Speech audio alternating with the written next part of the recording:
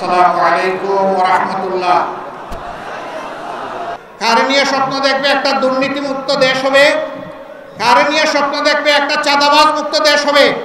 কারে নিয়ে স্বপ্ন দেখবে একটা দুঃশাসন মুক্ত দেশ হবে?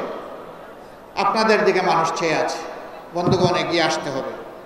আমরা এই কাজের জন্য তৈরি আছেন? তাইলে আরো কুরবানির জন্য তৈরি হন, আরো কুরবানির জন্য তৈরি হন। আপনাদের মাধ্যমে সমাজের মানুষের কাছে আমি দুই একটা জিনিস চাইব। নাম্বার ওয়ান, আমরা যদি দেশের জন্য জাতির জন্য কাজ করি, আমরা আপনাদের একটু ভালোবাসার কান ধরব, আপনারা যেন আমাদেরকে একটু ভালোবাসা উপহার দেন। নাম্বার টু, ভালোবাসার সাথে আপনাদের জন্য একটু সমর্থন এবং সহযোগিতা পাই। নাম্বার থ্রি, সমর্থন সহযোগিতার পাশাপাশি জাতীয় চ্যালেঞ্জ মোকাবিলায় আপনাদেরকে যেন আমরা আমাদের পাশে পাই। নাম্বার ফোর, এই জাতিকে বদলে দেওয়ার জন্য আপনাদের অন্তরে যেন আমাদের জন্য একটা জায়গা পায়। এই চারটা জিনিস যদি দেশবাসী আমাদেরকে উপহার দেন, আমরা দেশবাসীর কাছে চিরকৃতজ্ঞ থাকব।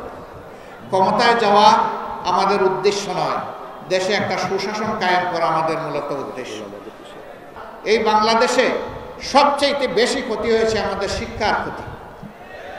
আজকে আমাদের যুবক যুবতীরা মাস্টার্স গ্র্যাজুয়েশনের সার্টিফিকেট নিয়ে তারা এখন দুয়ারে দুয়ারে ঘুরে, তাদের কাঙ্ক্ষিত একটা চাকরি তারা পায় না।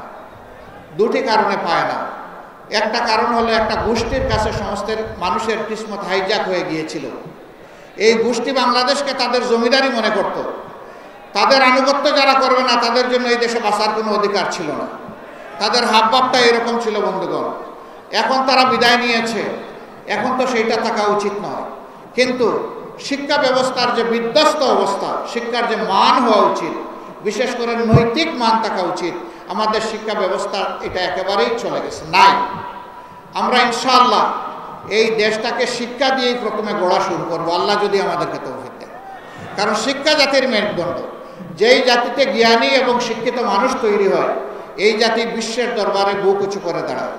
আর যেই জাতিতে জ্ঞানী এবং শিক্ষিত মানুষ থাকে না, এই জাতি সবসময় বিশৃঙ্খলা এবং বিপর্যয়ের মধ্যে পড়ে থাকে।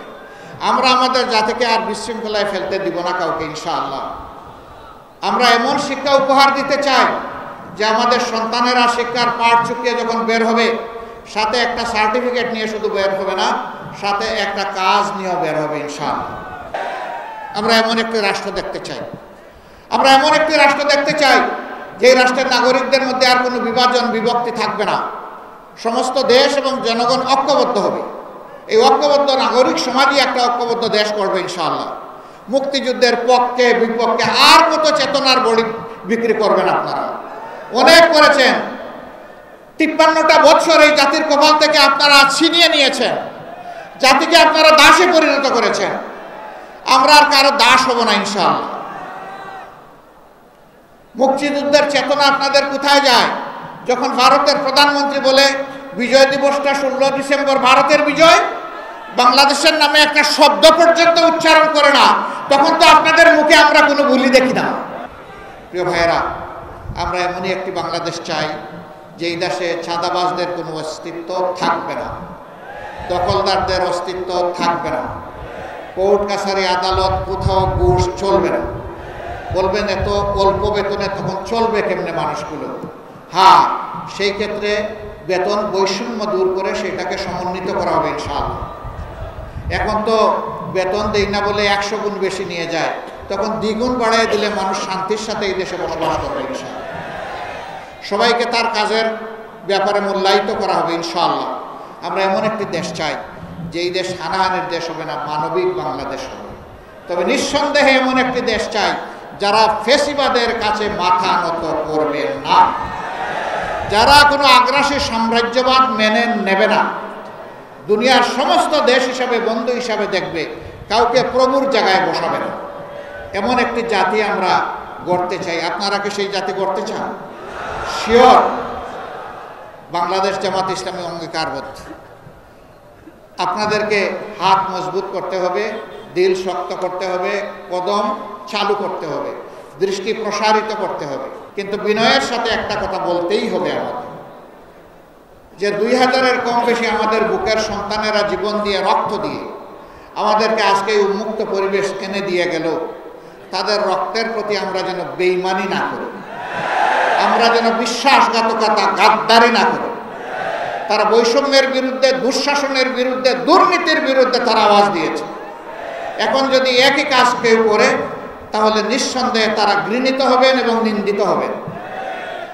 আমরা আমাদের সকল সহকর্মীকে অনুরোধ জানাই, এই সমস্ত ঘৃণিত কাজে কেউ হাত বাড়াবেন না, কেউ চাঁদাবাজ হবেন না, কেউ ফুটপাতের দখলদার হবেন না, কেউ বাজার হাটের দখল জোর করে নেবেন না, কেউ জলমহাল বালিমহাল জোর করে দখল করবেন না।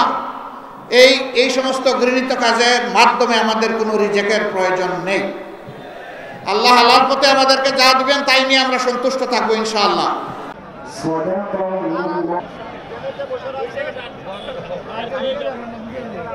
এবং যা তোমরা দাবি করবে যে মহান আল্লাহ রব্বুল আলামিনের পথে মুসলিমের অন্তর্ভুক্ত।